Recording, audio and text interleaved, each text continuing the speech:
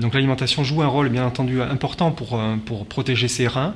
Il a été démontré que lorsqu'on a une alimentation trop riche en protéines, trop riche en sel, trop riche en sucre, le risque était plus grand de développer une insuffisance rénale. Pour quelle raison? Tout simplement l'excès de protéines génère un peu plus de déchets que le rein doit éliminer.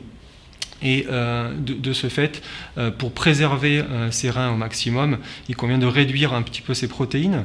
Quel est le constat un petit peu en France? Globalement, nous mangeons trop de protéines, donc c'est l'affaire de tous. Et il est recommandé ainsi de réduire notamment sa consommation de viande, de volaille, de poisson, d'œufs, qui sont les principales sources de protéines, et de rester tout simplement à des consommations à hauteur d'une seule fois par jour.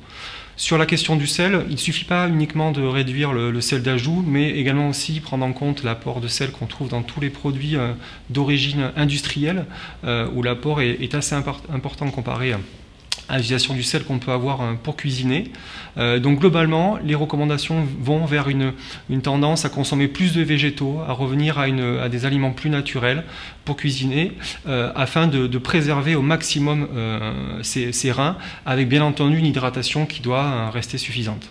Alors globalement, les Français mangent mieux, mais consomment encore trop de protéines. Les dernières enquêtes sont encore révélatrices. Donc il convient vraiment de réduire sa consommation, notamment de viande rouge, qui est d'actualité actuellement pour d'autres raisons, mais qui convient bien aux recommandations pour l'insuffisance rénale. Vraiment veiller à consommer de nombreux végétaux et réduire globalement sa consommation d'aliments transformés qu'on va trouver dans le commerce, et revenir vers une alimentation plus naturelle, plus saine, et qui permettra de l'autre côté de prévenir les complications du diabète et le surpoids.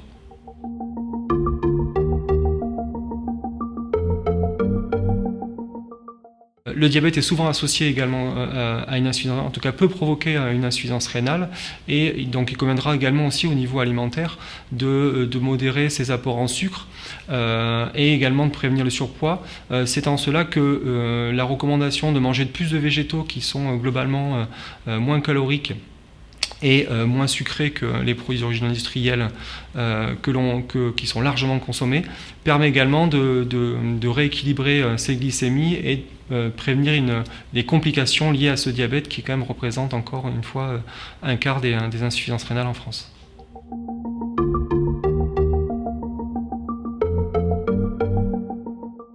On peut dès à présent maintenant effectivement dire que cette alimentation plus naturelle, moins protéinée, moins riche en sel et plus végétalisée permet de réduire maintenant significativement le risque d'apparition de l'insuffisance rénale et ainsi protéger vos reins.